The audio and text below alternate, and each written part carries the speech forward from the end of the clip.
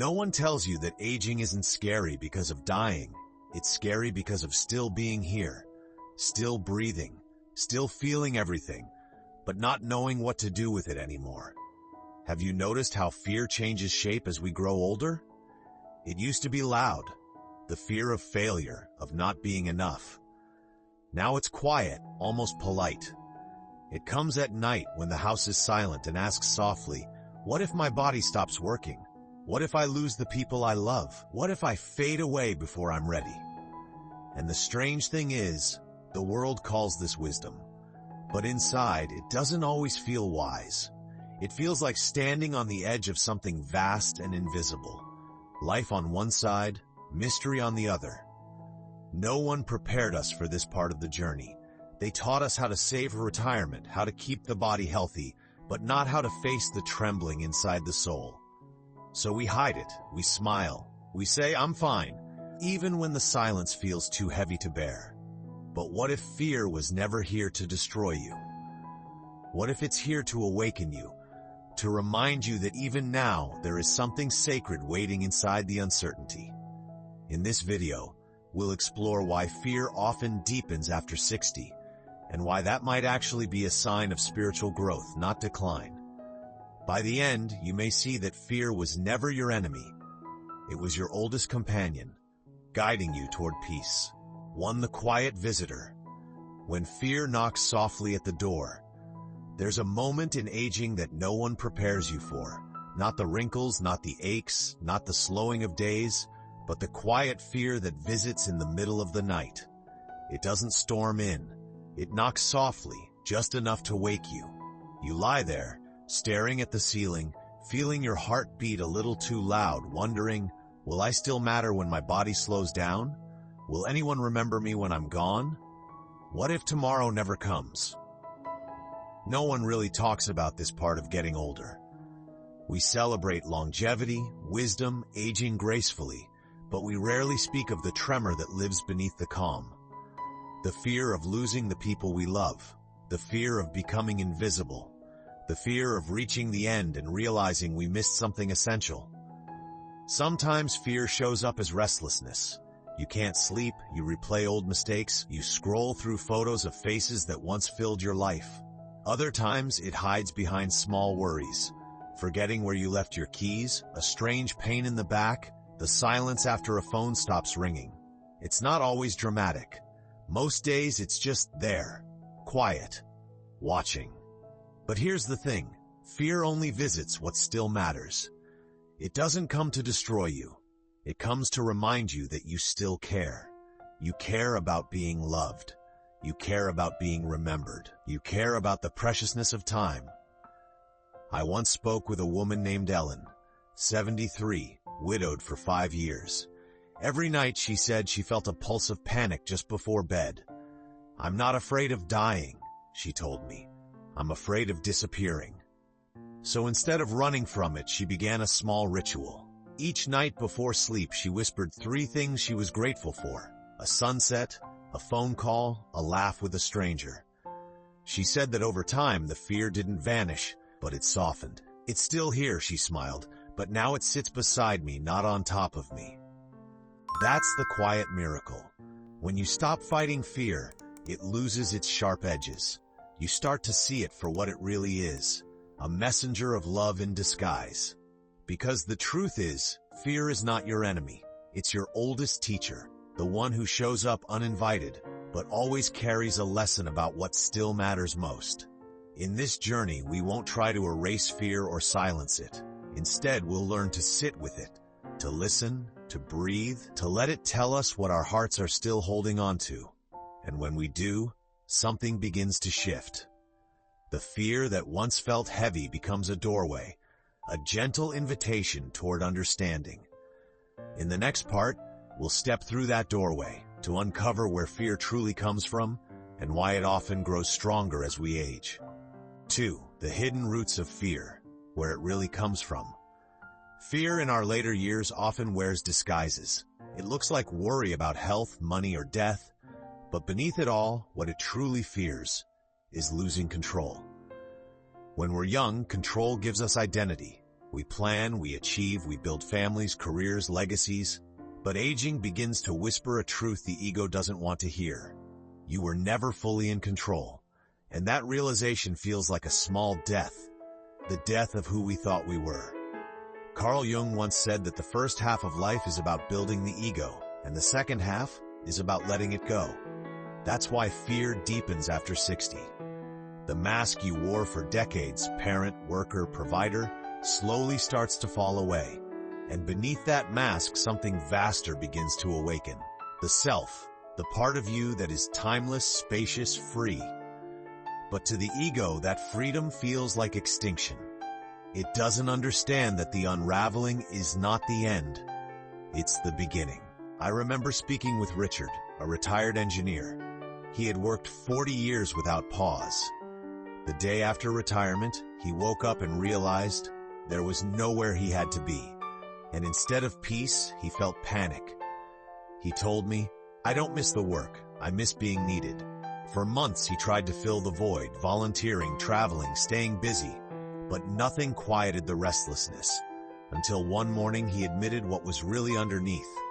"I'm afraid that if I stop doing, I'll stop being." That honesty changed everything. He began to slow down, to listen, to simply be present. And in that stillness, he discovered something unexpected. Peace had been waiting for him all along. That's the secret most of us miss. Fear isn't just a signal of weakness, it's a doorway to truth. The fear of losing control is really the soul's invitation to surrender. Because when the hands unclench, life can finally hold you again. The mistake many of us make is trying to cover fear with strength. "I'm fine, I'm strong, I can handle it." But denial only buries the fear deeper, where it turns into quiet anxiety, sleepless nights, or sudden sadness. What if instead we simply named it, spoke to it softly? "I'm afraid of being forgotten. I'm afraid of letting go." Naming your fear is the first act of love toward yourself. Because love and fear are not enemies, they are mirrors. Both are asking for your attention. So when fear rises next time, don't push it away. Sit with it. Listen. It's not here to punish you. It's here to guide you home. In the next part, we'll explore how sitting with that fear instead of fighting it begins to transform it into peace. 3. The turning point. Sitting with the storm. It often begins on a quiet afternoon. Rain tapping softly on the window, a chair by the glass. You sit there listening, not trying to fix anything, not trying to be brave, just being. That moment, simple as it seems, is the beginning of healing. Because sitting with fear is not about conquering it, it's about learning to stay. When storms come, emotional or real, our first instinct is to close every window, to protect, to hide. But what if we opened the window just a little and listened instead? That's what mindful acceptance means. Not pushing fear away, not drowning in it, but watching it gently like you'd watch the rain. Science has started to catch up with this ancient truth. Research from Harvard and Stanford has shown that mindfulness and meditation don't just calm the mind, they physically reshape the brain.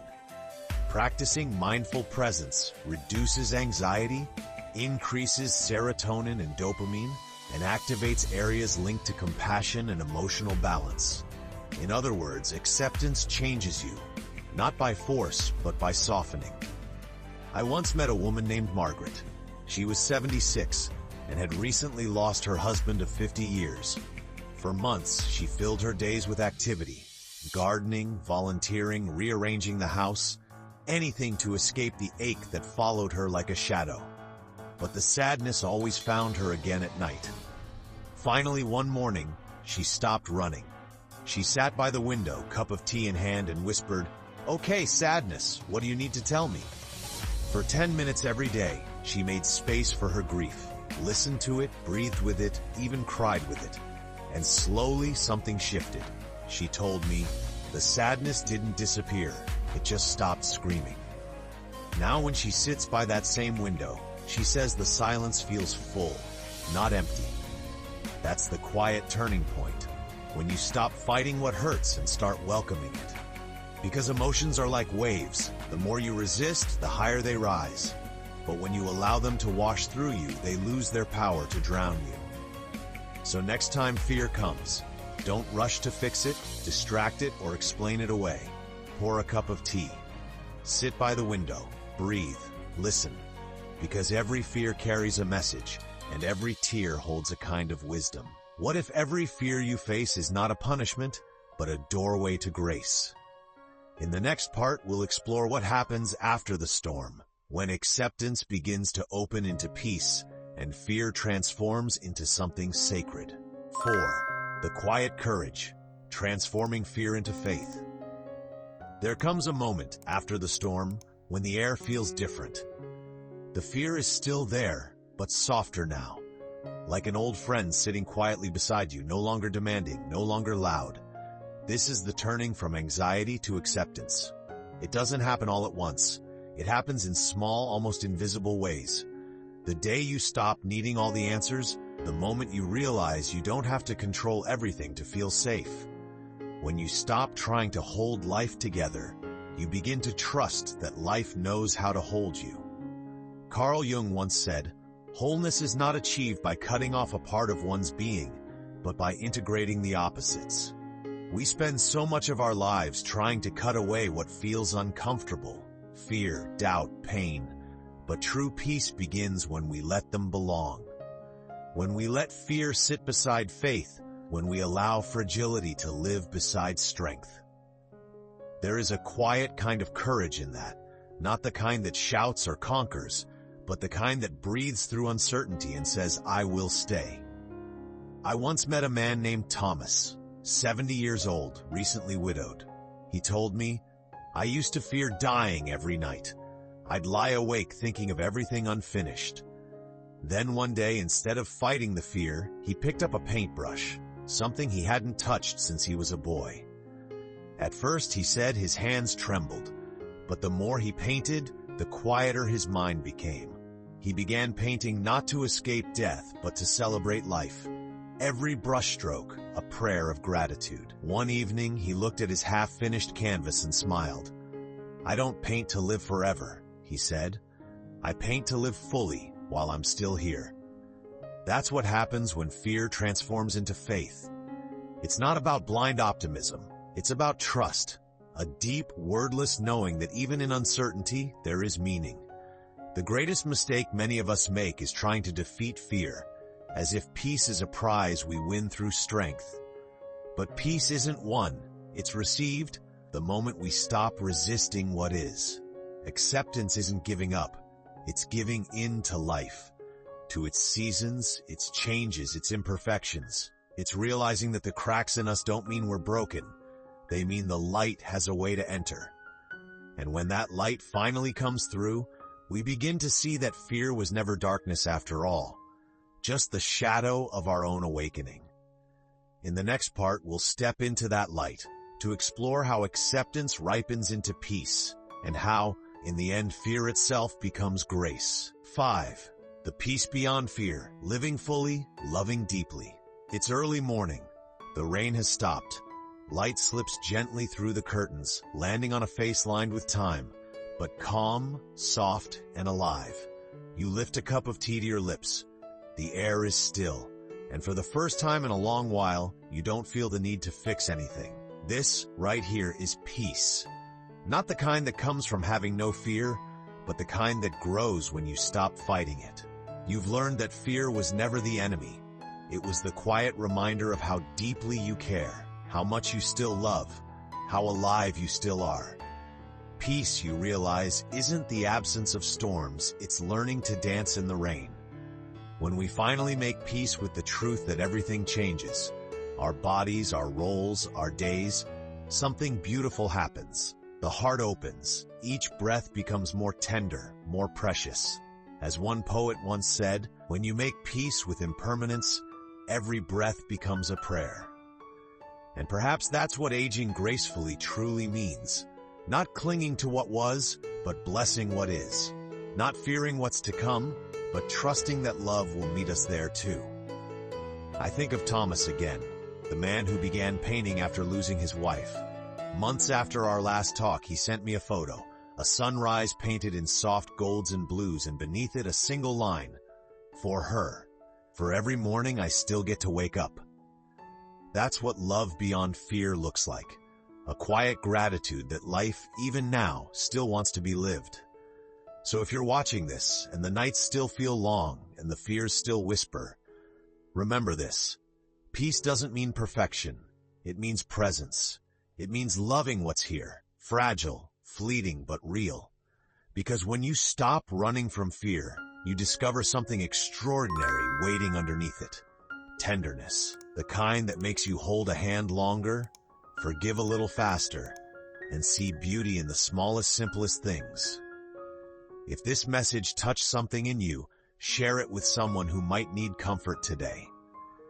And if you'd like to keep walking this path of wisdom and healing with us, subscribe so we can keep finding light together. Because fear doesn't mean the end of life. Sometimes it's just the beginning of deeper love.